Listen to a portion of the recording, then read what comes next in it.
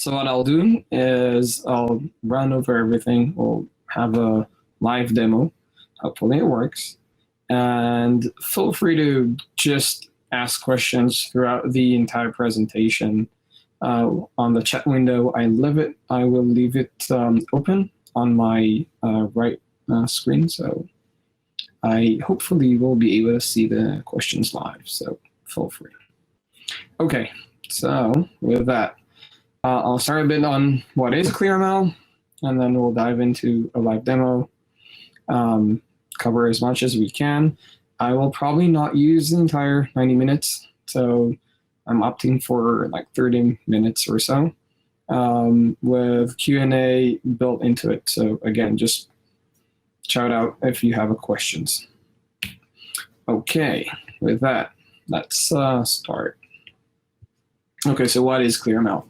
ClearML tries to offer as broad as possible solution for MLOps, starting with the experiment management, going through the orchestration, data ops, and then on top of it, automation in form of hyper data set deployment and even remote access into the development stage. Essentially, at the heart of everything, we have the task. That's the concept of a hub, basically something that encapsulates everything we do. It starts with the experiment management, which means that we start with the development process, and within the development process, we are already creating those jobs that later the orchestration module helps us to leverage and automate. Yeah, just reading the question that you popped there. So in the MLOps kind of workflow, we are the control plane. So if you are talking about detection of outliers, drift detection, etc., what we do is we build the infrastructure for you guys to build your own detection on top of it. So think of it as a platform that is very easy to work with and extracts all the metrics for you. So you can build your own and customize it because there is no one-size-fits-all solution for those type of problems.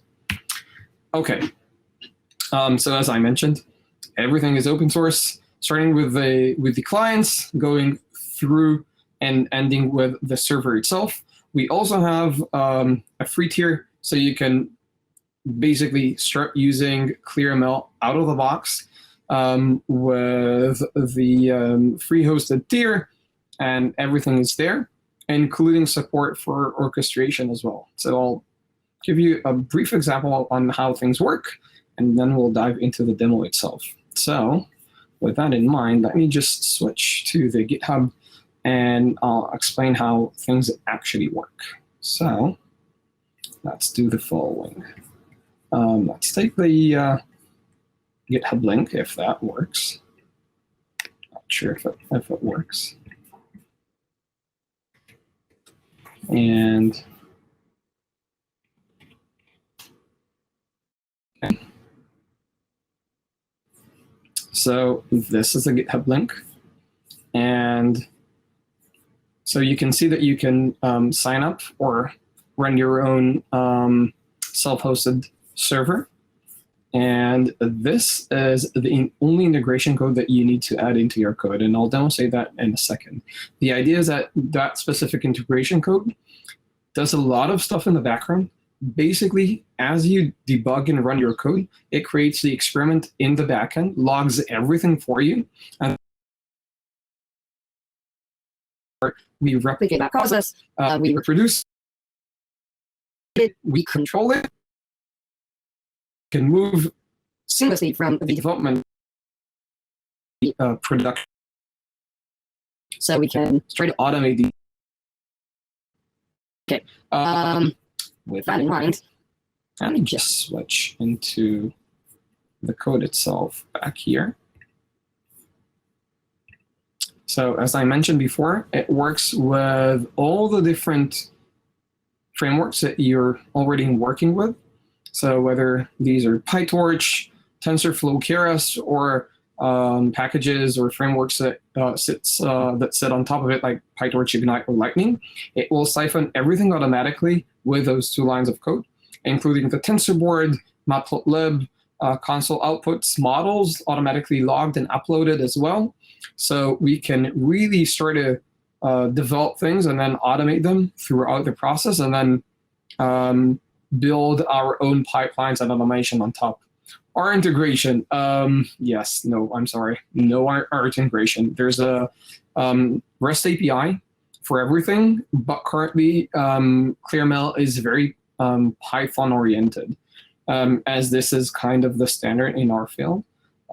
So that said, with demand, we're hoping to expand it into R as well, but you have to vote on it. So open a GitHub issue, and we'll see if there's support. We'll expand into R, because the system itself is quite agnostic. Basically, a REST API, you can actually start it right. There is a JavaScript interface as well in the making, etc. Okay, so let me just stop the sharing here, and I'll switch into the code sharing, because I want to demonstrate how it actually works live. I should have time for that, so let's try to do that. Okay.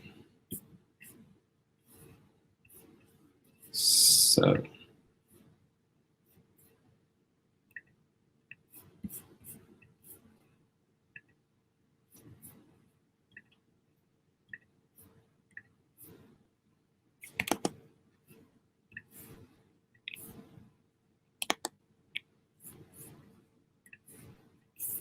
okay, so this is out of the box Keras example, nothing fancy. This is, I think, MNIST. Basically, training MNIST out of the box. The only code that we actually added here is this line. So again, the integration itself is just task init. And the idea is that once I run the code on my machine, it will create the experiment in the user interface. Once it's in the user interface, I can start to automate the process. I full log everything that I do, and then I can launch it on a remote machine. So first step, we'll run it manually. And it will detect every. So if we are running inside the repository, the uncommitted changes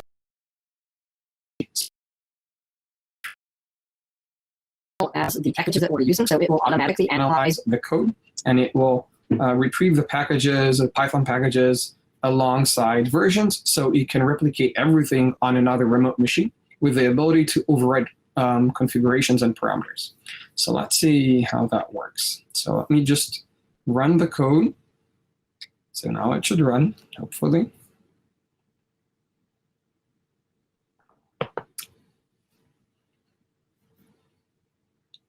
Running. So it started to do something here. It should output a link for me in a second. So here's a link to my actual code updated in real time. So let me just copy paste this, and I'll switch into the user interface on the web.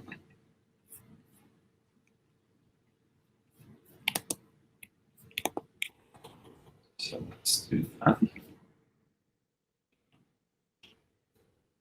And see if the screen sharing is still working. Okay. So you should be able to see it. Okay. So now we can see we have our experiment. It's running. It's updating live as we speak. I can so I can going on. It's automatically detected from the TensorBoard. So we have the original TensorBoard, but while the TensorBoard is running, we also detect all the reports and we send them in real time to the server itself. So we can see them here. So if I automatically refresh, so I have all my numbers here. I have some monitoring of my machine as well. So everything that we do now, we will, in a minute or so, will replicate on another machine. Right? And the idea is that this is as easy as it is to run it as as it is in replicating it and launching it on a remote machine. And the idea is once we can do that, we can move into automation, building pipelines, continuously training models, refreshing them, etc.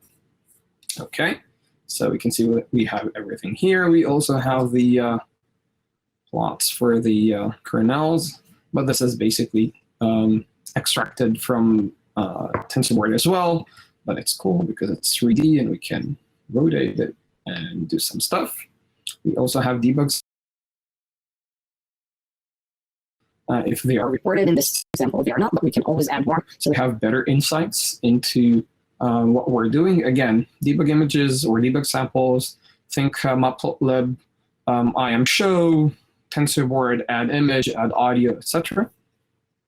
And if I go into the execution, I can see that I have my local script. So this one is not, so the Git repository is empty. I have my uncommitted changes. Specifically in this one, it will just contain the entire code itself because it's a single script. The same will happen if I'm running inside a Jupyter Notebook. So Jupyter Notebook, yeah, there is a question with the VPN. I'm not sure. Yeah, I'm not sure that I can help with that. The guys from MLOps mentioned something on VPN issues. Yeah. For running this, oh no, there is a 0 performance penalty. It's running in the background. So basically everything that is being reported is actually sent to a background process, and that process is uploading all the data. So you're not adding latency into the training process itself. I'm assuming that, yeah, okay, awesome. So everything is logged here. So I have my single script. Again, if I were to run a Jupyter Notebook, then the entire notebook will be converted into a Python script automatically in runtime. And that script will be here, as well as the original notebook that is set as. Can you show? I'll demonstrate that in a second. So what we'll do is the outline. I love the fact that you guys interact with me. That is awesome. Usually it's not the way it is, so this is much better. Thank you guys. So I'll run over it, and then we'll do the automation, and then we'll talk about pipelines, because I think it's important. Pipelines in ClearML are a bit different than others. They're not static DAGs. They are programmatic DAGs, so we can add logic, which is very important in the way that we see things. Trained, yes, we can. Let's do that as well.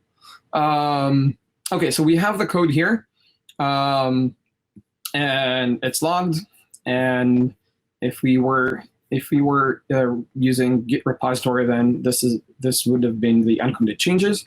Installed packages, same thing. So these are detected automatically by the static analysis of ClearML running in the background. Basically, what it did, it analyzed our code, and it was looking for the imports, and based on the exact packages that I have on my machine, it registers them here. And the syntax itself, this is the equivalent of requirements.txt. If you're familiar with the peep requirements.txt file, it's essentially the same thing, only a bit fancier, but it's the same syntax. You can just copy paste things. If it is empty, the agent, I'll touch that in a second, when running on a remote machine, we'll be using the requirements.txt from the repository. Let me just touch one last thing. This is important. This is a container execution part. We'll touch that in a second. This is if I want to run it on a remote machine, I can specify a few things. It allows me to get away with just compiling containers every time I want to run an experiment. So what we'll do now is, let me just switch back here. Execution. To all the experiment. Okay, So I have my experiment here. That's the one I just executed with everything here alongside previous execution, so I can see everything. What I'll do is, first of all, I'll switch to another tab so it's easier to see.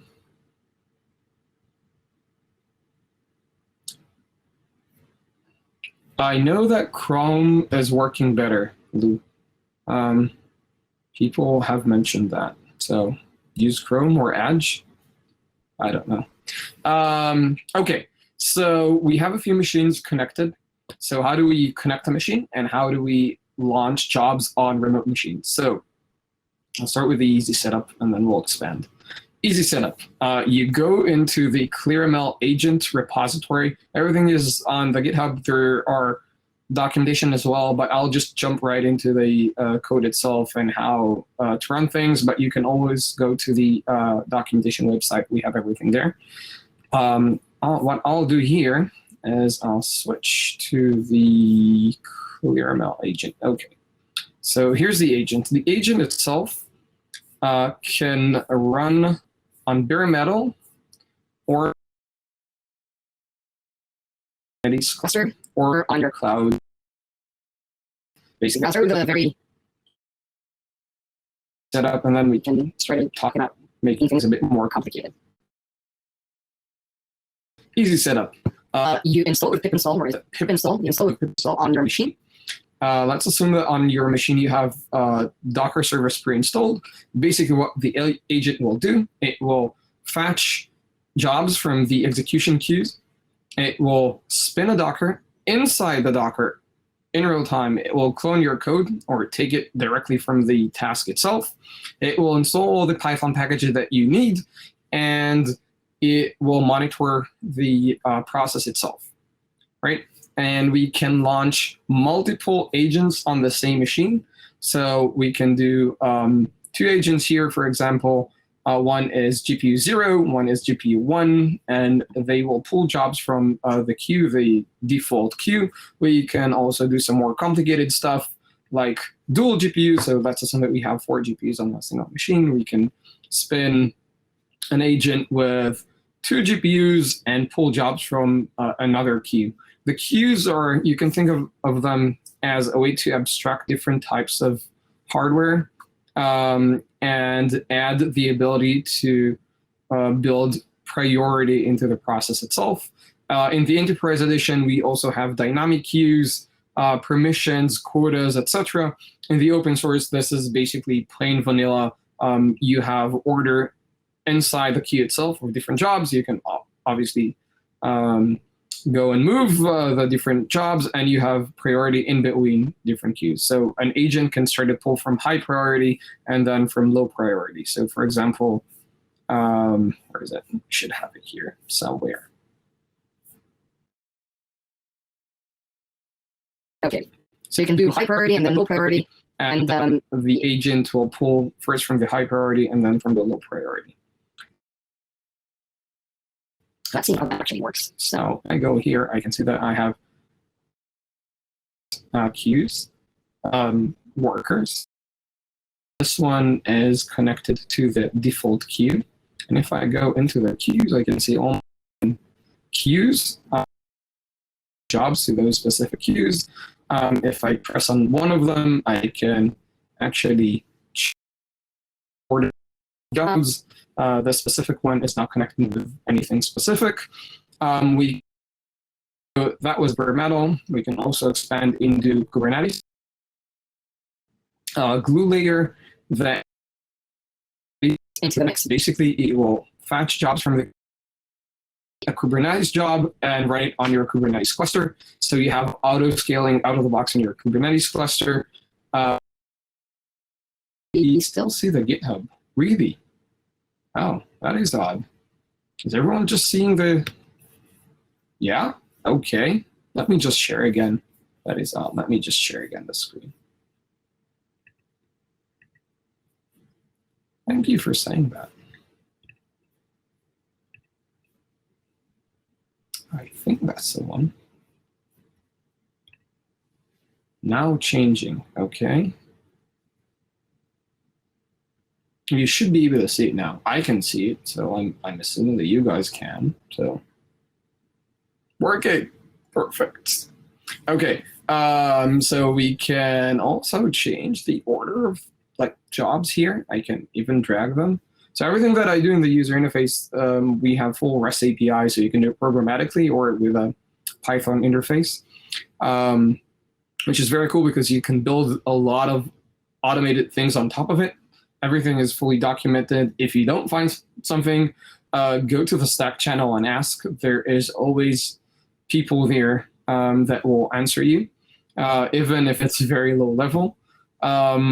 Okay, so with that in mind, let's see how we create a job and how we launch it. So where were we? Okay, we were here. So that's our job, a very simple one. So, right, job, all the code is here, no Git repository. We'll make it a bit more complicated in a second. What to do is clone it and say best clone because this is the best one, obviously. And now we created a copy of the job itself, right? We never actually had to do it manually. We can do it manually, but the idea is that we want to create a process where it's very easy to move from writing the code itself to actually automating it. So we cloned the job that was created automatically just by writing the code on my local laptop. And now I can edit everything. So I can edit the arguments here. So instead of 5 epochs, I'll do just like 2 because I don't need more. And then maybe the batch size, I'll increase it to 256. Hopefully I have enough memory for that on my machine. I can edit some stuff here. I can even edit the code if I really wanted to. So this is all editable. Right, so I can even change the code or change the Python packages that assume that I need something else or I want to switch because a TensorFlow is not working with a Docker or whatever. We can do that here. And once I'm happy with it, we can send it for execution. So what I just did is I took a copy of the job, changed some parameters, and then send it for execution. And when I say send it for execution, that's basically putting the job into the execution queue. So now it's running, and I can see it live here. So it started to execute the code itself. What is happening is live, it's taking the default Docker image because it's running in Docker mode. You can also run it bare metal on virtual environment or Conda mode, which means that obviously you will not be able to switch drivers or CUDA drivers, but it might be easier to set up. So you can start with the virtual environment mode and then move into the more sophisticated and robust Docker mode, but that's both are supported. So what it's doing is it's running inside the Docker, like the default Docker. So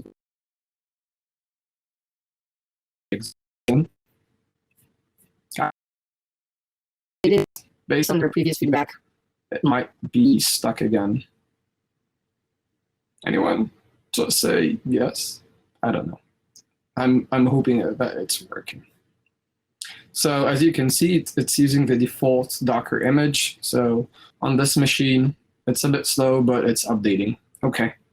Yeah, that makes sense. I'll try to leave the window itself quite static. So even if it's slow, you're not losing information. If you feel that the context is incorrect, please just let me know and I'll just stop the sharing and I'll start it again. Hopefully it will fix it.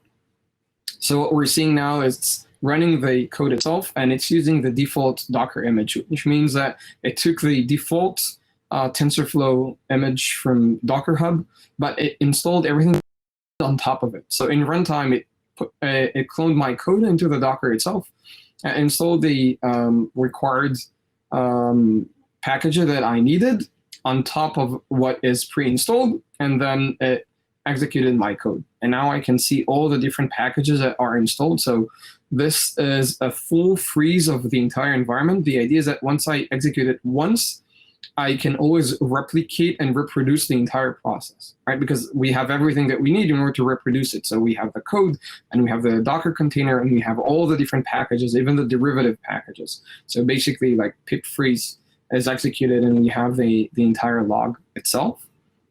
If I go into the results, I can see that it is running. see these schemas. So I can see what's going on. on So go into the artifacts tab and it's using a I can see that it's storing the weight file, and that's important. So I do not have to do anything. The default configuration is that it will upload the model itself to the backend, so I can later use it. And in the second part, we will use that model in order to do serving out of the end-to-end itself. Right? If I click, that's so I had 2 snapshots.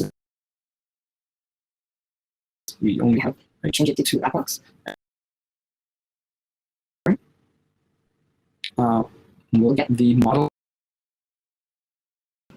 in a second, hopefully.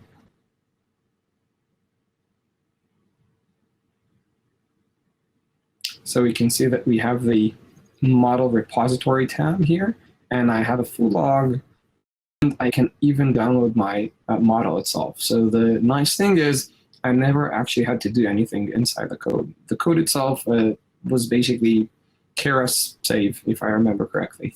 And the ClearML package automatically patched it and uploaded the model. So I have a local copy, but now I also have a copy of the model on the server itself. This can be configured to use any object storage, not only the server itself, even just a shared folder is supported. So the idea is that I never had to work hard in order to integrate my code and use it in a way that it is scalable, right? So everything was done for me automatically. So let me see the status of this. Probably, yeah. So it's completed. So I have everything here. Only 2 epochs. I can also obviously compare it to the previous execution. So if I compare a few experiments, I can see the difference. So I can see if something changed here.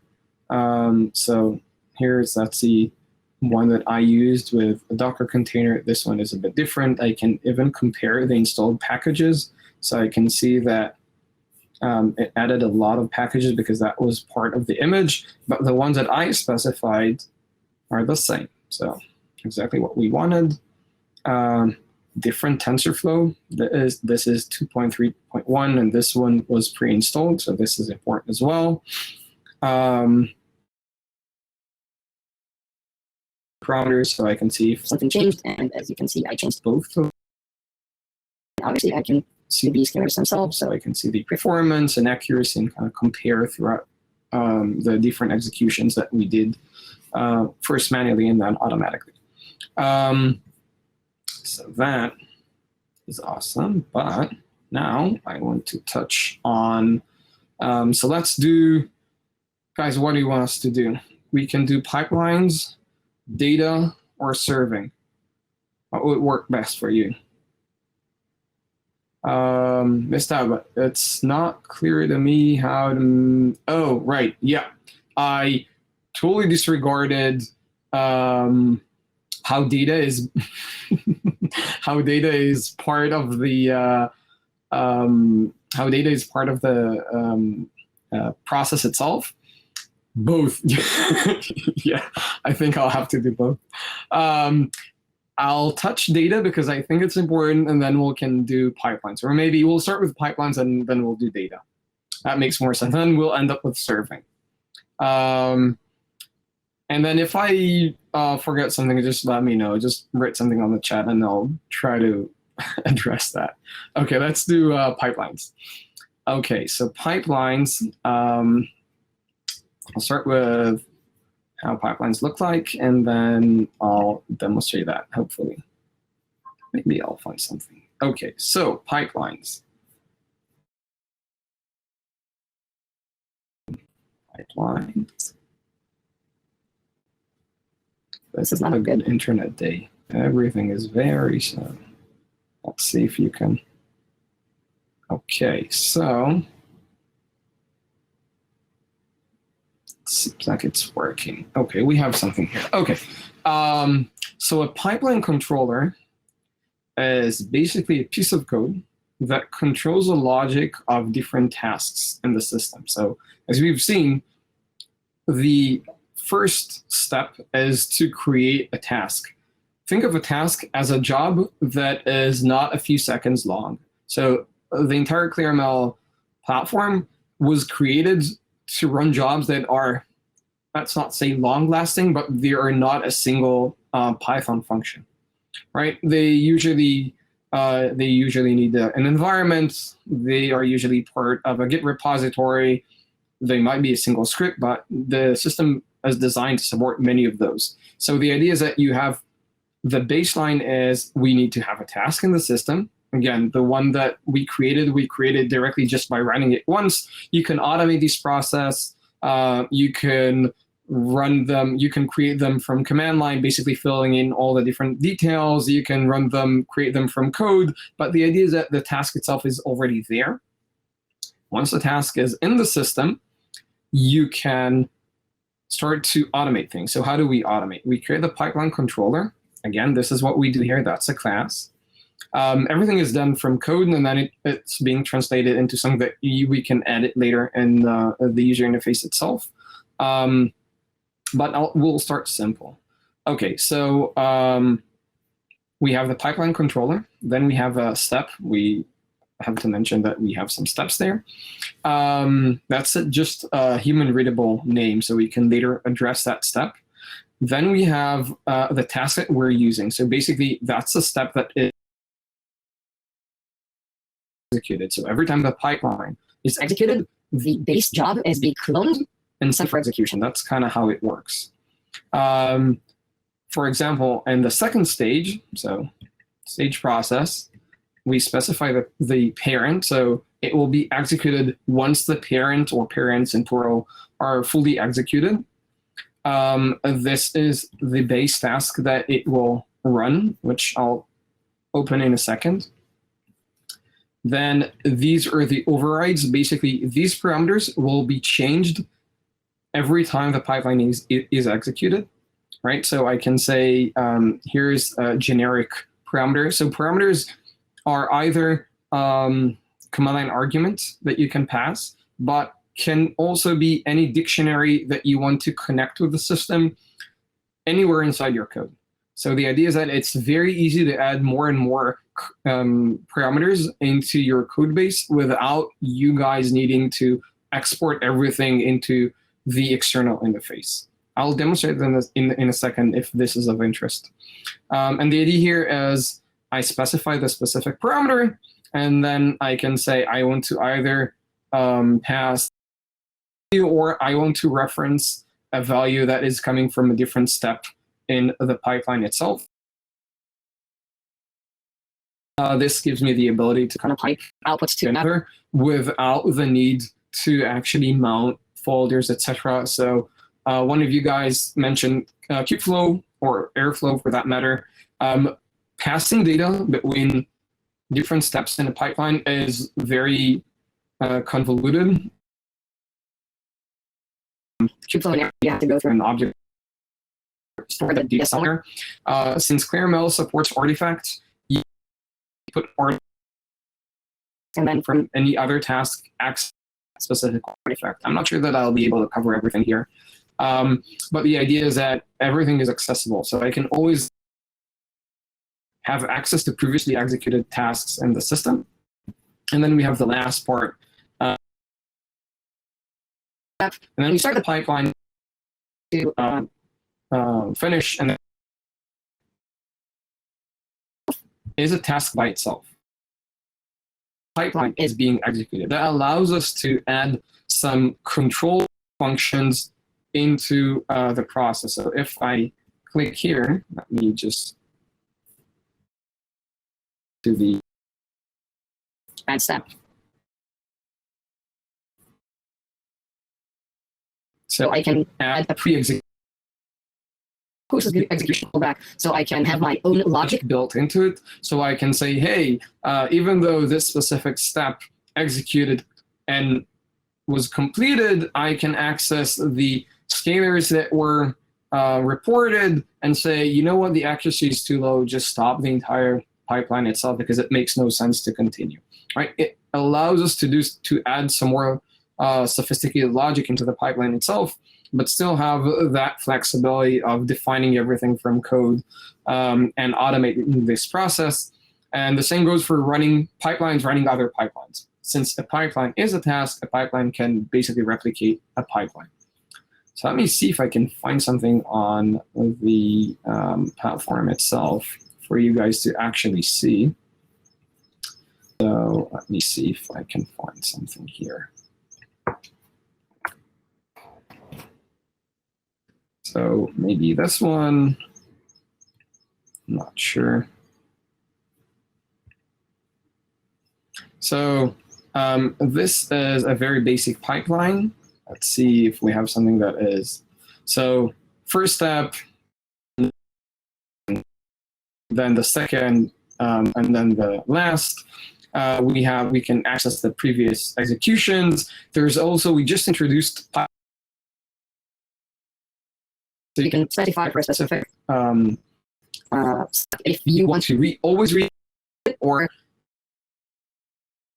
to check that specific step was pre-executed, and then it will just reuse that specific one. And as I mentioned, pipelines themselves are also tasked. and launch them, control them, if then go into the pipeline definition,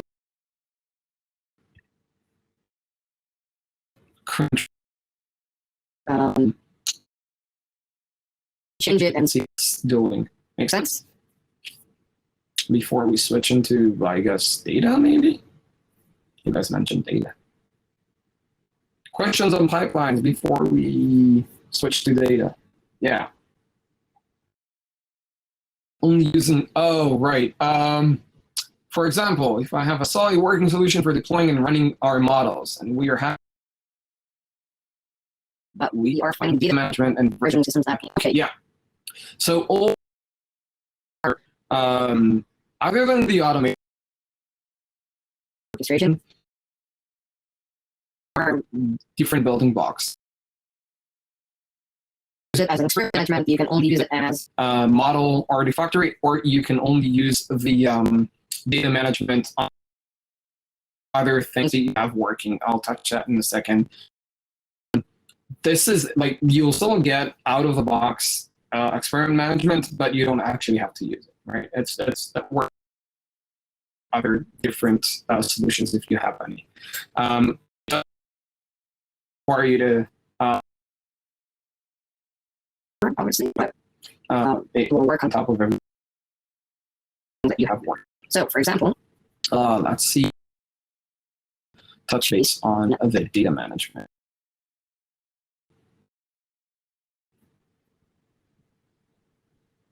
Let me see if I can get there, and then we'll try to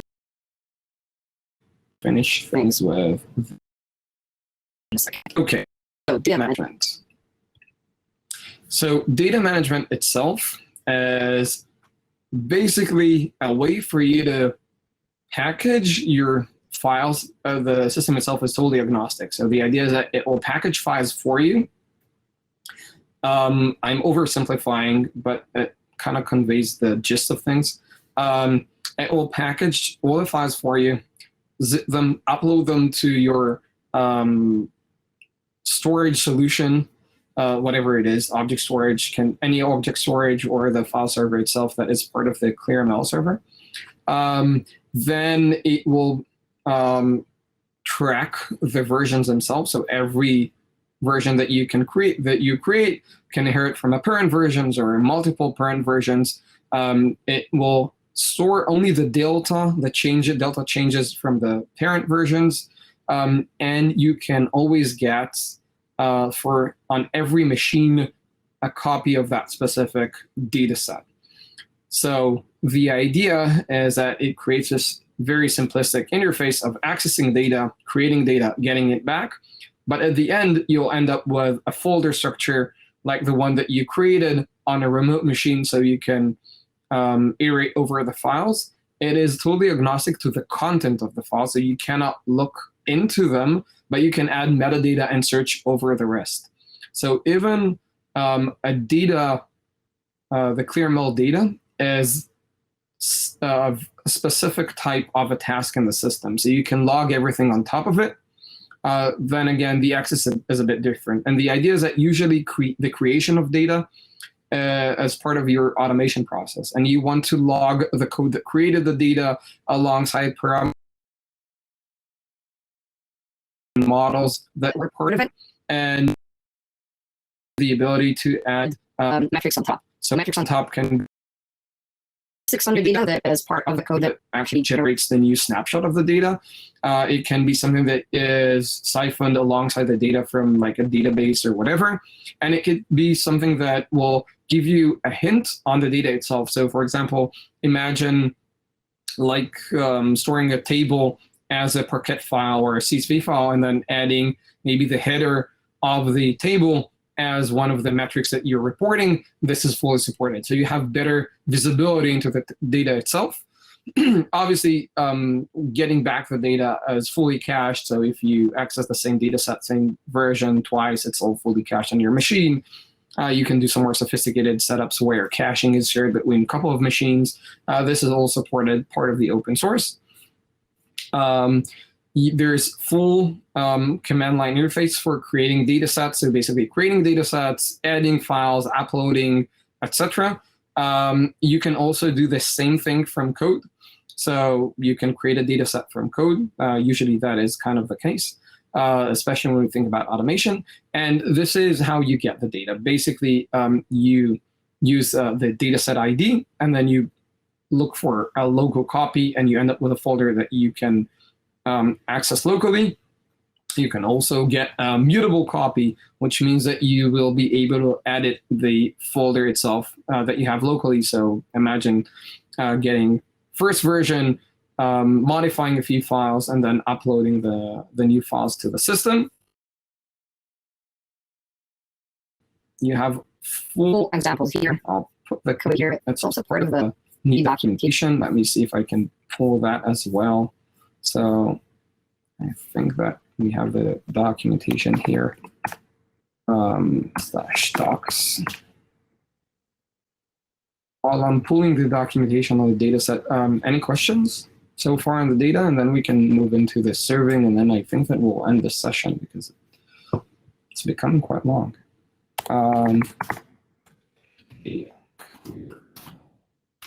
Data. So everything is here, including examples, setup, use cases, etc. Any questions on the data before we switch? Let me just, to still offer, yeah, that's a good question. So that depends on your definition of a feature store. So if you are, if you're looking for the feast-like feature store, then we are not offering that any longer. This became very specific, so we might address this again. So right now we do mostly data stores as they are more generic. We do have feature stores for unstructured data. These are called the hybrid data sets. And they are part of the enterprise offering only at the moment. Did that answer the question? Yes, no? That's for the ClearML data. Yeah? Any other questions? Yeah. Unstructured data. Oh, yeah. So unstructured data, this is still offered as part of the enterprise solution. I think that it's still missing from the website. Let me just check. So I will not mislead you. I think it's still missing. But if it is, then it means that it'll be up there in a week or so, because we just launched a new web. Here. It will be here. There is still a hybrid data set. That's the name that it's called. It's for unstructured data set. It's actually quite cool. But that's for a different session. Okay, so I think that we're good with the data and pipelines, and I'll try to do the serving. So the idea about the serving is I'll explain how it works, and then just ask some questions, and then hopefully I'll demonstrate that and it will work. So where is the serving? Okay, serving. So serving is part of the open source. Everything that I'm mentioning here is part of the open source, so you can just log in and start using that. The serving as well. So let's start with the simple serving here. Where is it? Yes, serving. Awesome. Okay. So what we actually did is we created, so if you take a look at the serving, let me just put a link here.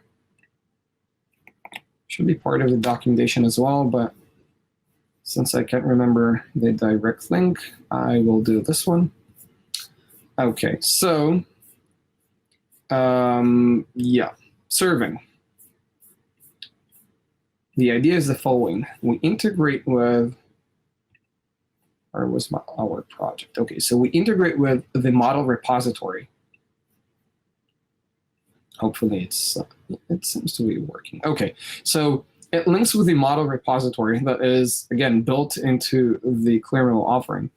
And then what it does is, think of it as a sidecar next to the serving engine. So we're not the serving engine itself. We are controlling the serving engine. The first open example is the NVIDIA Triton server that supports GPU and CPU.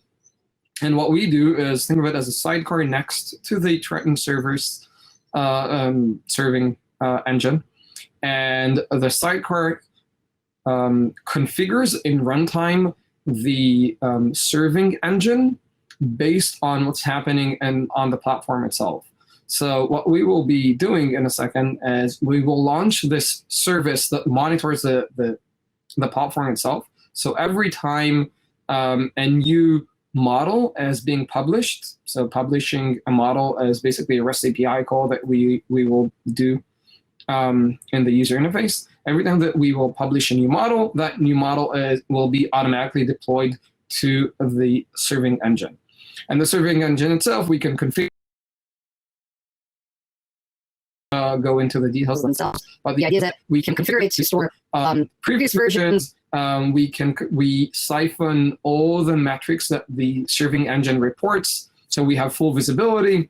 And we configure everything so that we can basically automate the process. So every time we have a new model, we just publish it, and then the serving engine will pull the latest model and serve it automatically for us. So again, we're not replacing the serving engine itself. We're sitting on top, and we just make sure that we monitor the entire thing and we can configure it.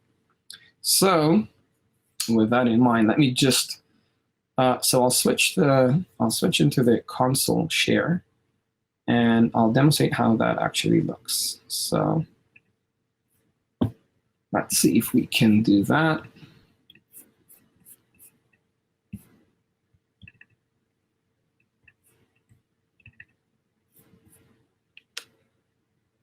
So sharing.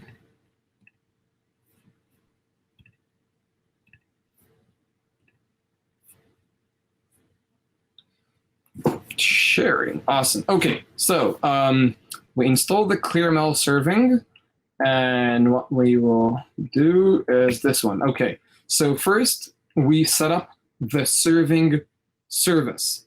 This is the piece of code that actually does the monitoring of the system for us. We can have multiple of those. We can configure them. Basically, what we configure is what are we watching and the endpoints that we want our serving engine to be configured. So first, we set up the serving example itself. So everything that we do from command line, we can automate. Basically, it's Python code that runs in the background. There are a few classes. So everything that we do here, we can automate. That said, we usually only do that once, right? Because we set up the serving engine and we're good. Now we set up the endpoint, and we tell it where to find or where to look for the model name itself or the model itself. So what it will do by default, it will just look for the model name clone of whatever under the specific project. right? So the model repository is part of the ClearML.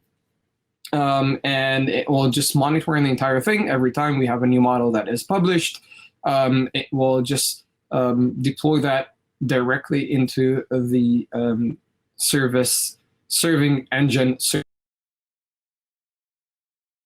Will be running by default on one of our machines. I will not go into the more sophisticated or advanced setups where it's part of a Kubernetes, so we'll start small. That also means that if you have, for example, DGX or local machines with GPUs, you can manage them without the need to have local Kubernetes cluster. So Kubernetes becomes an option instead of a must. It just makes life easier when you start to scale things up.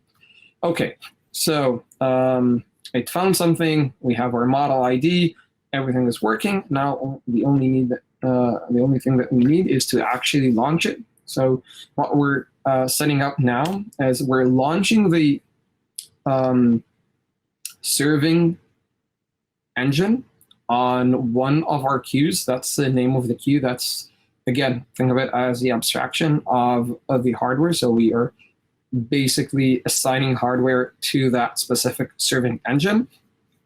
And we are also launching the serving engine controller on another machine that will start to monitor everything for us, right? So with that in mind, let me just switch back into the UI so we can see everything running. So let's see if that's working. Okay.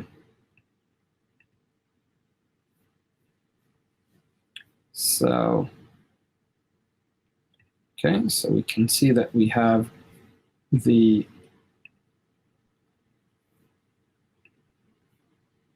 service itself already running here. And we have the engine itself that is now spinning up. So it downloaded the model, and it should be up and running in a second.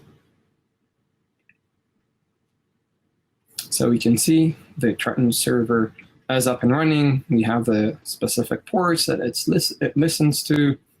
We also have scalars. It will start to report some metrics based on what the Triton serving engine reports. So the Triton service engine can actually support multiple models on a single GPU. It does all the automation for us. What we need to do is make sure that it has everything that it needs, which means automatically downloading the new models, creating some visibility into the performance itself. So we have the performance of the machine, and we have the performance of the serving service. So if we switch into here, we can see that we have the Triton service, and it's running. We have some logs on the machine itself. So we have some GPU and CPU statistics, and we can move into this task itself so we can see that it's actually running. Hopefully we'll get some statistics. Yes, we started to get some statistics. So requests per second, latency, etc., all transparent from the system itself.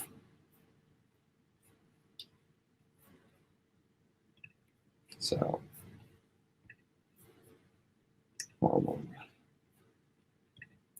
yep. So I'm back. Apparently I have internet again. So let me just quickly finish up a few things. And any questions so far, guys? Yeah, no? Here? No, I think, yeah. Okay, so I think we covered most of the things. Let me just see if we... Thanks, Faraz. I'll just finish up with, if you are in one of those roles, I'm hoping that we have something for you. Check out the open source. Yeah, a lot of people are using us join the Stack channel. Go look at the documentation. We will be more than happy to help. I guess thank you for everything. It was awesome. Bye, guys.